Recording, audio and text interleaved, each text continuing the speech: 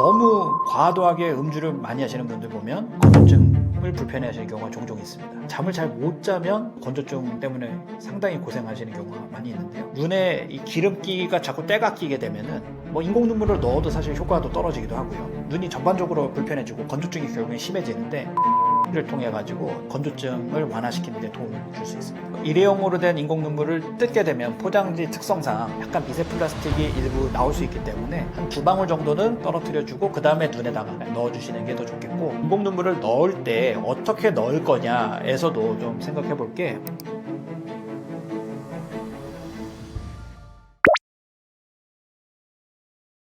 안구 건조증은 마찬가지로 이게 나이가 들면 점점 더 많이 겪게 되는 질환, 증상이라고 볼 수 있겠고요. 눈물을 생각해 보면 우리의 눈을 보호해주는 눈물이 결국엔 보호막 역할을 해줍니다. 눈물은 이제 기름, 물, 소금 이런 게 다 섞여가지고 배합이 돼서 코팅을 해주죠. 그런데 눈물 분비 자체가 감소해서 증상을 겪게 되기도 하고, 또는 눈물이 너무 쉽게 증발해 버려서 이기도 하고, 또는 뭐 렌즈를 많이 낀다든지, 또는 뭐 눈에 염증이 생긴다든지, 눈을 습관적으로 자꾸 비빈다든지, 뭐 여러 가지 이유 때문에 건조증이라는 이 증상, 진단이 내려지게 되는 겁니다. 근데 이제 일단 큰 틀에서 봤을 때는 나이가 들수록 건조증을 겪는 빈도가 전반적으로 퍼센테이지가 더 늘어나는 거고, 우리가 어떻게 할 수 없는 부분이 이제 노화인 거고, 생활 습관에 따라서 더 이거를 악화시키는 경우들이 있는 거고요. 보통 이제 비교해 보면 남자 여자 비교해 봤을 때 여자들에서 건조증을 겪는 경우가 좀 더 많고, 보통 이제 갱년기 이후로 이제 50대에서 60대 넘어가기 시작을 하면서 남자분들보다 여자분들이 전반적인 호르몬 변화나 이런 걸 겪으면서 건조증이 심해지는 경우도 많습니다. 예를 들면 전신질환 중에 갑상선 쪽이 이 건조증이랑 연관이 있는 경우가 많은데, 갑상선 질환 자체가 보통 여자분들이 훨씬 더 많은 것처럼 이 건조증 때문에 고생하시는 분들 진료실에서 만나보면 남자분들보다 여자분들이 확실히 더 많긴 합니다. 이 건조증은 이제 증상이 정말 다양하죠. 주관적으로 표현하는 게 정말 다양한데, 뭐 대표적으로 생각해 보면 뭐 뻑뻑하다, 눈을 뭐 콕콕 찌르는 것 같다, 눈 안에서 뭐 돌이나 뭐 모래 같은 게 굴러다니는 것 같다, 그런 증상들도 있고요. 눈을 예를 들어 뭐 뜨고 있는 것보다 감고 있는 게 편하다, 이런 경우도 있고, 눈이 너무 쉽게 피로하다, 뭐 충혈이 된다, 뭐 눈이 뭐 자꾸 손이 간다, 또는 경우에 따라서는 나는 자꾸 눈물이 너무 많이 난다 라고 환자분들이 그러는데, 뭐 예를 들어 겨울에 바람 불 때, 또는 뭐 실내에 있다가 밖에 나갔을 때 뭐 눈물이 너무 뭐 왈칵왈칵 쏟아지고 너무 불편하다, 이런 증상들도 건조증 증상의 하나입니다. 습관 중에 보면 이제 좀 환자가 스스로 개선할 수 있는 부분들, 습관이라고 보통 표현한다면 과도한 음주를 일단 좀 생각합니다. 적절하게 그냥 가볍게 음주 즐기시는 거는 저는 괜찮다고 생각하는 의사인데, 너무 과도하게 음주를 많이 하시는 분들 보면 건조증을 불편해 하시는 경우가 종종 있습니다. 그 다음에 이제 습관이라 보기엔 좀 어려울 수 있는데, 잠을 잘 자야 이 건조증이 개선이 되는데, 잠을 잘 못 자면 아무래도 건조증 때문에 상당히 고생하시는 경우가 많이 있는데요. 잠을 자고 싶어도 못 잘 수도 있지만 잠을 잘 안 자시는 경우도 있어요. 잠을 잘 일부러 그냥 막 잠을 그냥 굳이 먹기 난 오래 자고 싶지 않아, 이런 경우도 있는데, 밤사이에 이 핸드폰 충전해 놓은 배터리가 충전되듯이 사람이 충분히 깊고 충분한 시간을 잘 수면을 취해야지 눈도 회복이 되고 그러면서 건조증도 개선이 되는데, 그래서 이 충분한 적절한 수면도 이 건조증을 악화시킬 수 있는 요인이니까 그 부분도 좀 해야겠고요. 밤늦게까지 보면 핸드폰 계속 보시는 분들 많습니다. 저도 그렇지만 예전보다 건조증 증상을 경험하는 분들이 많은 이유가, 예전에는 없던 이 핸드폰이 한 20여 년 전부터 해서 본격적으로 많이 쓰다 보니까 요즘은 다들 핸드폰 하루 종일 달고 살죠. 예전 같으면은 그냥 눈을 쉬어줄 시간도 환자들이 핸드폰에서 눈을 띄지 못하다 보니까 건조증이 심한 경우도 많고, 이 생활 습관 바꾸면 되는데 그걸 쉽게들 못하는 것 같습니다. 또 지나치게 냉방을 하거나 또는 겨울철에 너무 히터를 너무 세게 틀면 그 또한 건조증을 심하게 유발할 수 있는 부분이긴 합니다. 예전만큼, 코로나 때만큼은 아니지만 이 마스크 착용하는 경우에 보면 그런 논문이나 이런 보고된 바들이 있습니다. 이게 마스크를 정확하게 꽉 눌러주지 않으면 숨을 쉬면서 이 공기 순환 때문에 이 눈 쪽으로 계속 어떻게 보면 바람이 부는 거랑 비슷한 효과인 거죠. 그래서 눈물이 자꾸 증발되고, 그래서 건조증으로 코로나 때 좀 불편을 겪던 사람들이 많았고, 그래서 마스크 착용을 잘 하지 못하면 건조증이 오히려 유발될 수도 있다라고 봅니다. 뭐 운전이든 컴퓨터든 뭔가 내가 집중을 하고 있으면 눈 깜빡임이 줄어들 수밖에 없습니다. 그러면 당연히 그런 자연스럽게 건조증이 심해지는데, 운전할 때도 중간중간에 쉬든지, 뭐 컴퓨터나 이런 업무를 하다가도 쉴 땐 좀 쉬어주면 좋은데 하루 종일 계속 집중해서 눈을 뜨고 있으면 아무래도 당연히 건조해질 수밖에 없겠죠. 눈을 비비면 눈이 원래도 건조해서 안 그래도 힘든데 거기다 자꾸 마찰을 주게 되니까 그로 인해 가지고 2차적으로 스크래치, 상처 같은 게 생길 수 있고 그래서 또 건조해지고 그러면 또 손으로 비비고 이게 계속 악순환으로 도는 경우들도 많이 있습니다. 그래서 어떤 질환이든 간에 눈 쪽에서는 눈을 비비는 거는 안 좋은데 건조증도 마찬가지로 눈을 자주 비비면 절대 좋을 게 없습니다. 눈 건강에 도움이 되는 음식들. 예전에 이제 학생 때, 초등학생 때 보면 수업 시간에 배우죠. 눈에 좋은 음식들 해가지고 요즘은 유치원생들도 배우는 것 같은데 보통 많이들 아시는 음식입니다. 예를 들면 등푸른 생선, 오메가3 이런 성분들이 들어있는 음식을 섭취하면 대표적으로 고등어 같은 게 있겠죠. 오메가3나 이런 성분들이 눈에 전반적으로 이 건조증을 개선시키는 데 도움이 된다라고 알려져 있습니다. 실제 그 오메가3 캡슐을 복용하시는 분들 논문으로 연구를 해보면 상대적으로 건조증에는 좀 더 개선이 되더라, 도움이 되더라라는 보고들도 있습니다. 그리고 이제 푸른 잎 채소, 시금치나 케일이나 이런 등등의 어떤 야채라고 해야 되나요? 그런 채소, 이런 음식을 꾸준히 섭취를 해주면 루테인, 영양제로도 많이들 복용하는 루테인 성분을 포함해가지고 눈에 전반적인 어떤 노폐물이 쌓일 수 있는 부분들을 전반적으로 좀 예방해주면서 도움이 될 수 있는 부분들이 있고요. 그 다음에 블루베리, 베리 계통, 이쪽들이 이제 항산화 효과가 있기 때문에 근본적으로 봤을 때 노화에서 항산화 효과가 있듯이 이 건조증에서도 항산화 어떤 성분들을 복용을 해주면 도움이 된다라는 보고들도 있고 또 이제 쉽게 먹을 수 있는 섭취할 수 있는 달걀, 계란 같은 경우도 건조증에 일부 도움이 된다라는 보고들이 있습니다. 근데 사실 이거 먹어서 해결하려고 하면 끝도 없습니다. 그러다 보면 오히려 살만 더 찌겠죠. 그거보다는 근본적으로 내가 할 수 있는 부분들을 생각했을 땐 눈을 너무 혹사시키지 않는다. 불필요하게 핸드폰 보지 않고 자제한다. 가능하면 잠도 잘 잔다. 자려고 노력한다. 이런 부분들이 더 저는 중요하다고 생각합니다. 건조증에서 앞서 말씀드린 이제 눈물이 기름이랑 물이랑 소금기 같은 게 성분이 이게 배합이 되어 있죠. 이제 그 중에서 기름이 상당히 중요한데 이 눈물을 증발하지 않도록 잘 코팅해주는 역할이 이 기름이 위에서 깨끗한 기름이 잘 덮어줘야 됩니다. 그런데 이제 마치 이제 백숙 끓이면 위에 이 누런 그 기름기가 뜨듯이 눈에 이 기름기가 자꾸 때가 끼게 되면은 인공 눈물을 넣어도 사실 효과도 떨어지기도 하고요. 눈이 전반적으로 불편해지고 건조증이 결국엔 심해지는데 온찜질을 통해 가지고 눈을 따뜻하게 찜질을 해줬을 때 눈 주변에 있는 기름 구멍들을 열게 되고 그러면서 자연스럽게 기름때가 잘 배출되게 도와줄 수 있고 그거를 세안하면서 살살 잘 닦아주는 것만으로도 인공 눈물 넣은 효과 이상으로 건조증을 완화시키는 데 도움을 줄 수 있습니다. 눈 주변에 기름때가 자꾸 생기면 가래끼 같은 것도 잘 생깁니다. 근데 그런 부분들을 온찜질로 하루에 한 번 이상 아침 저녁 이렇게 좀 잘 따뜻하게 찜질을 해주면 눈 피로감도 줄어들고 잠도 잘 오죠. 근데 눈 주변으로 이 묵은 때 같은 걸 잘 주기적으로 배출시켜주는 것만으로도 인공 눈물 사용 이상으로 좋은 효과를 기대할 수 있다고 생각합니다. 눈꺼풀을 그렇게 온찜질을 통해서 잘 열어주고 기름이 잘 배출되게 도와주고 하실 수 있다면 이제 면봉이나 또는 깨끗한 꺼즈로 눈 주변을 잘 닦아낼 수는 있는데 이게 생각보다는 쉽지 않습니다. 이게 내가 내 눈을 거울 보면서 닦는다는 게 잘못하다 눈 찌를 것 같고 좀 불편한 부분이 있고요. 그래서 사실 그런 부분들을 병원에 가면 일정 부분 해결해주고 도와줄 수 있고 제품으로도 이제 눈을 닦는 세정제 같은 게 나와 있습니다. 그래서 그런 걸 또 꾸준히 사용해 보시면 그것도 어떤 눈 건강 관리에 도움이 될 수 있습니다. 저도 이제 가끔 이제 샘플이라고 받아보기도 하고요. 마트 같은 데 가면 있죠. 또는 이제 약국에도 파는데 그 찜질 팩 같은 거를 팔기도 하고 레인지에 전자레인지에 돌려서 쓰는 제품도 있고 뜯으면 이게 따뜻해지는 것도 있고 경우에 따라서 이제 환자분들 중에서는 홈쇼핑에서 구입해가 마사지 기능 있는 것도 같이 쓰시기도 하는데 일단 다 도움은 됩니다. 눈이 이 건조증 관련해서는 온찜질하는 게 맞고 눈이 가려울 때는 냉찜질하는 게 맞거든요. 기본적으로 온찜질 기능이 있는 제품들을 사용하게 되면 어쨌든 눈이 따뜻해짐으로써 혈류 개선도 되고 전반적으로 그런 노폐물이 배출되는데 용이해지기 때문에 환자분들이 집에서 손쉽게 해볼 수 있는 방법이라고 봅니다.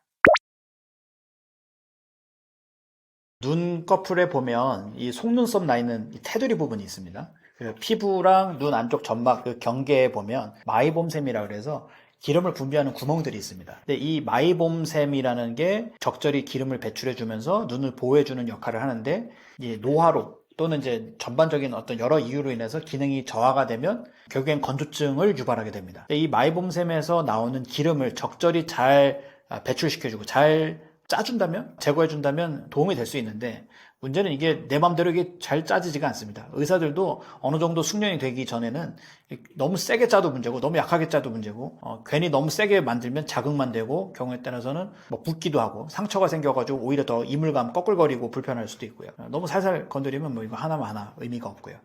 근데 이제 그냥 단순히 잘 짠다고 되는 문제가 아니고 일단 잘 배출이 되게 용이하게 만들려면 그래서 앞서 말씀드린 온찜질 같은 거를 병행하고 적절하게 잘 배출을 시켜주면 되는데 그게 한계가 있으니 병원에 가서 적절히 치료를 받는 게 오히려 더 안전하고 더 손쉬운 방법일 수도 있고요. 요즘에는 이제 IPL이라 해서 피부과에서 피부가 뽀얘지게 받는 레이저 중에 IPL이라고 있는데 눈 주변에 사용하는 IPL 레이저가 있습니다. 이런 레이저 치료를 병행을 적절히 해주면 이 피부 안쪽에 깊숙이 레이저가 침투를 해가지고 기름 분비가 조금 더 원활하게 되고 어떻게 보면 청소가 되는 거죠. 그런 걸 도울 수 있는 방법들이 있으니 증상으로 좀 불편을 겪고 계신다면 안과에 가서 IPL 치료도 한번 문의해 보시는 것도 도움이 되리라 생각합니다. 거울을 잘 들여다보면 이 눈꺼풀 테두리에 약간 노랗게 뭔가가 딱지같이 붙어있는 거를 볼 수도 있는데요. 저 같은 경우는 이제 진료실에서 현미경으로 눈 보다가 그런 게 눈에 보이면 저 스스로도 좀 거슬리기 때문에 저는 그걸 다 제거를 해드립니다. 근데 스스로 이거를 눈에 뭔가가 있는 것 같아가지고 짠다? 이거는 잘 짜려고 해도 잘 짜지지도 않고요. 괜히 하다가 눈만 찌를 수 있기 때문에 사실 그냥 병원 가서 제거하시는 게 더 적절하겠죠. 이게 맘대로 생각보다 제거가 잘 되지 않고 완벽하게 제대로 제거를 하기도 쉽지 않고 오늘 이게 뭐 누른다고 해서 이게 뿅 나오지도 않거든요. 이게 일단 기본적으로 기름이 어느 정도 적정한 온도 이상으로 올라가야 기름이 녹고 그 다음에 이게 전용 기구로 제거하면 되게 쉬운데 그냥 단순히 뭐 손이나 손톱으로 괜히 하다가 괜히 눈 염증 생기고 균만 생길 수 있기 때문에 저는 직접 하시는 건 별로 추천드리고 싶지는 않습니다. 인공 눈물은 이제 환자분들 중에 간혹 인공 눈물 너무 많이 쓰면 오히려 눈에 해롭다 또는 일종의 어떤 약물 사용을 너무 과하게 하면은 뭐 내성이 생기듯이 내 눈에서 뭐 눈물 분비가 안 될 수 있다 이렇게 이해하시는 환자분들도 계신데 저는 그걸 반대로 그냥 항상 설명드립니다. 인공 눈물은 말 그대로 인공적으로 그 순간순간 인공적으로 눈물과 비슷한 걸 넣어주는 거기 때문에 많이 쓴다고 해서 내 몸에서 뭐 눈물 분비가 안 된다 그런 개념으로 생각하시면 안 되고요. 인공 눈물은 적절히 잘 사용해주면 눈에 큰 도움이 될 수도 있습니다. 특히 이 건조증이라는 게 악순환 골이라고 보통 의사들이 표현하는데요. 한번 이게 건조증이 심해지면은 약을 어지간히 써가지고는 개선이 잘 되지 않습니다. 그럴 때 충분히 인공 눈물을 충분히 많이 써주면은 어느 정도 궤도에 오르면서 이게 나중에는 시간이 지나도 조금만 관리해줘도 유지가 되는데 약간 많이 넣으면 문제가 될까봐 인공 눈물을 뭐 조금 이렇게 넣어보시는 분들인데 그렇게 넣을 법께는 저는 확실하게 충분히 넣어줄 땐 넣어줘야 된다라고 이해하시면 좋겠고 인공 눈물을 이제 써보시면 일회용으로 된 게 있고 그다음에 다회용으로 통에 들어있는 게 있습니다. 근데 보통 병원에서는 일회용으로 된 거를 권장하고 처방을 하죠. 근데 이제 환자분들 중에 이제 들고 다니기가 불편하니까 그냥 통에 들어있는 거를 원하시는 분들도 계신데 통에 들어있는 인공 눈물은 거의 대부분이 방부제가 들어있고 방부제 성분이 일정 횟수 이상 계속 누적돼서 사용하다 보면 방부제가 독하기 때문에 그게 오히려 2차적으로 또 다른 건조증 관련 증상들을 유발할 수 있으니 이왕이면은 일회용으로 된 거를 쓰시면 좋겠다. 하루에 한 대여섯 번 이상 써야 될 상황이라면 다회용보다는 일회용으로 된 방부제가 없는 인공 눈물을 쓰면 좋겠다라고 추천드리고 인공 눈물도 처방 받아보시는 분들 혹시 아실지 모르겠는데 0.1, 0.15, 0.18, 0.3 네 가지 농도가 있습니다. 이 인공 눈물이 농도에 따라서 또는 회사마다 디테일하게 보면은 조금씩 약간 이 구성 비율이나 이런 게 조금씩 다르긴 합니다. 그래서 의사가 처방하는 이유가 이 지금 눈 건조증 상태에서 조금이라도 더 도움이 되는 적절한 약을 처방할 수 있기 때문에 그냥 시중에 파는 인공 눈물을 가벼운 건조증에는 쓸 수 있지만 건조증이 좀 심한 경우에는 안과에 가서 적절하게 처방을 받아서 사용하시는 게 조금 더 빠른 어떤 증상 개선을 기대해 볼 수 있겠습니다. 그리고 이제 가려울 때도 인공 눈물을 넣어 볼 수 있는데 가려움증은 보통 이 온도가 올라갈수록 더 증상이 심해집니다. 그렇기 때문에 냉찜질도 도움이 되지만 인공 눈물도 냉장고에 넣어놨다가 넣어주시면은 이 가려움증을 빨리 가라앉히는 데 도움이 될 수 있습니다.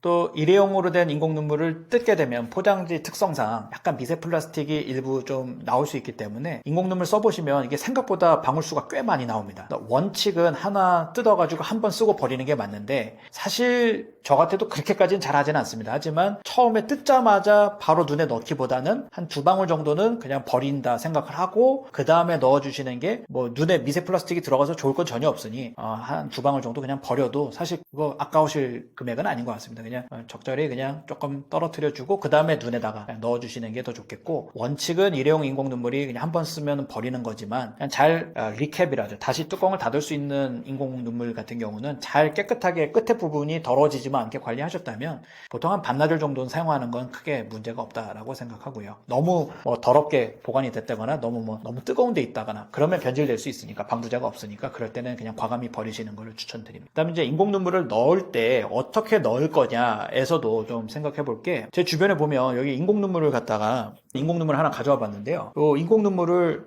멀리서 떨어뜨려야 됩니다. 원칙은요. 이 끝에 이 부분이랑 눈이랑 이렇게 닿게 이렇게 해가지고 이렇게 안에다 눈에다가 직접 이게 닿듯이 하면서 넣는 분들이 꽤 많은데, 의사 입장에서는 그렇게 했을 때 눈을 괜히 건드리거나 상처가 생기거나 또는 오염이 돼가지고 감염이 되거나 등등의 리스크가 있습니다. 그렇기 때문에 좀 조준하기는 좀 어렵더라도 적절하게 거리를 보통 한 10cm 정도는 띄워서 안약을 점안해 주시는 게 더 좋겠다. 그 다음에 또 질문하시는 것 중에 한 번에 그러면 몇 방울을 넣어야 되냐도 하시는데, 사실 그건 정해진 답은 없고요. 흡수가 되는 거로만 생각을 하면 사실 한 방울이든 5방울이든 결국엔 다 흘러나오기 때문에 이 눈의 표면에서 안약이 점안됐을 때 표면에 코팅할 수 있는 건 어차피 제한이 있습니다. 근데 다만 눈이 약간 뭐가 낄 수도 있고 분비물 같은 게 들어있을 수도 있고 하니까 좀 그런 부분들이 있을 때는 씻어낸다는 개념으로 몇 방울 더 넣어도 되고, 근데 사실 엄밀히 따지면 한 방울 쓰나 5방울 넣나 결국엔 큰 차이는 없다 라고 이해하시면 됩니다. 자, 제가 일회용 인공 눈물 하나 보여드릴게요. 이제 인공 눈물을 이렇게 뜯게 되죠. 보통 이렇게 뜯습니다. 뜯고, 뜯을 때도 잘 뜯어야죠. 이게 막 뜯으면은 이게 다시 뚜껑을 이게 닫을 수 있는 제품들의 경우는 잘 뜯으면 다시 들어가는데 막 뜯으면은 다시 안 잠기기도 합니다. 그리고 이걸 뜯었을 때 이 끝에 미세 플라스틱이 나온다는 뉴스 보신 적 있을 텐데, 그래서 이거를 이렇게 한 방울, 2방울 정도는 이렇게 버린다고 생각을 하시고 그 다음에 점안을 해주시면 좋겠고, 점안할 때도 이렇게 막 눈에다 대고 이렇게 하지 마시고 이렇게 눈 좀 멀리 띄워서 내가 요걸 쳐다보고 이렇게 해서 점안을 잘 조준해서 해주시면 됩니다. 근데 이게 생각보다 점안이 잘 안 되죠. 저도 지금 정확히 조준이 잘 안 되는데 자꾸 하다 보면 조준도 더 잘하게 되고, 이 점안을 했을 때 가까이서 점안하다가 괜히 이 뾰족한 플라스틱으로 찌르고 또는 이 더러운 부분이 묻어 있을 수 있는데 그거로 갖다 괜히 눈 건드려 가지고 괜히 항생제나 이런 소염제나 쓰게 되는 상황 겪지 마시고 적절하게 간격을 좀 띄어서 조준이 안 되면 안 되더라도 인공 눈물 사용은 좀 거리를 두고 떨어뜨리는 게 원칙이 맞습니다. 저희 병원에서 지금 함께 운영하고 있는 닦아는 안과라는 채널이 있습니다. 이 닦아는 안과라는 그 제목, 그 타이틀, 이 채널명처럼 저희 닦아는 안과에서는 안과 의사들이 이전에는 좀 말하기 어려웠던 부분, 환자들한테 잘 얘기하지 않았던 부분들을 예전부터 많이 다뤄오고 있고요. 특히 이제 백내장 수술 관련해서 어떤 다양한 정보뿐만 아니라 의사들이 환자한테 잘 하지 않았던 여러 가지 내용들까지 심도 깊게 다루고 있으니, 백내장 수술은 누구나 한 번은 결국엔 겪게 되는 수술이고요. 그게 내가 보호자로서든 당사자로서든 겪게 되기 때문에 저희 채널 참고하신다면 백내장 관련된 자세한 내용들은, 거의 웬만한 내용들은 다 담겨져 있으니 큰 도움이 되리라 생각합니다. 이 안과 의사로 일을 하다 보면 환자분들 또는 보호자분들이 충분한 이해를 하고 오는 게 저는 참 좋습니다. 잘 알아보고 오셔야 저도 자세한 설명을 드리고 그래야 후회 없는 수술을 받게 되고, 특히 이 백내장 수술은 누구나 한 번은 겪게 될 확률이 매우 높은 수술이고 또 한 번 받게 못 받는 수술일 수도 있습니다. 백내장 수술은 수술 받고 또 받고 또 받고 하는 수술이 아니고 한 번 수술 받으면 평생 내 남은 세월을 다 이 백내장 렌즈 인공 수정체로 지내는 거기 때문에 환자로 하여금 좀 잘 이해를 저는 시키고 싶은 마음에 이 채널을 운영하고 있고, 저희 채널을 한번 확인해 보신다면 수술을 어디서 받든 정말 백내장에 대해서는 웬만한 의사만큼 나도 알고 있다 라고 자신 있게 아마 진료 받으러 가실 수 있을 겁니다. 저희가 이제 또 저희 채널이 좀 다른 채널과 좀 다른 점이라면, 백내장 수술을 받은 분들의 후기가 100여 개 이상 많이 있습니다. 여러 케이스 또 여러 인공수정체를 다루고 있기 때문에 영상을 보시다 보면 이게 내 얘기를 하는 것 같고 내 눈에 관련된 가장 비슷한 케이스를 다루는 것 같고 그랬을 때 적절한 어떤 인공수정체를 사용했을 때 이 환자분처럼 잘 보이게 내가 원하는 만큼 멀리든 가까이든 전반적으로든 그런 부분들을 확인하시기에 참 좋은 채널이라. 다만 이제 의료법 테두리에서 좀 제약이 있다 보니 그냥 일반적으로 다 보여드릴 수는 없고요. 멤버십에 가입하신 분들에 한해서만 공개를 할 수 있는 게 의료법적인 제한이 있는데 990원입니다. 990원만 결제하시면은 영상을 다 확인해 보실 수 있고 다 보셨으면 다시 중지하셔도 되니까요. 백내장 수술에 대한 고민이 있거나 혹시 고려하고 계시거나 한다면 저희 채널 멤버십을 가입하신다면 다양한 후기들을 잘 확인해 보실 수 있습니다. 저희 영상을 보시다가 또는 후기를 보시다가 궁금한 점이 있으시면 편하게 밑에다 댓글을 달아주시면 됩니다. 주로 제가 댓글을 다 달아드리고 있는데요. 진료 보면서 사이사이 댓글이 달릴 때마다 답변을 다 드리고 있고 그래도 해결이 안 되는 부분은 전화로 문의를 하시던가 또는 혹시 병원에 내원을 하신다면 자세하게 설명드릴 수 있습니다.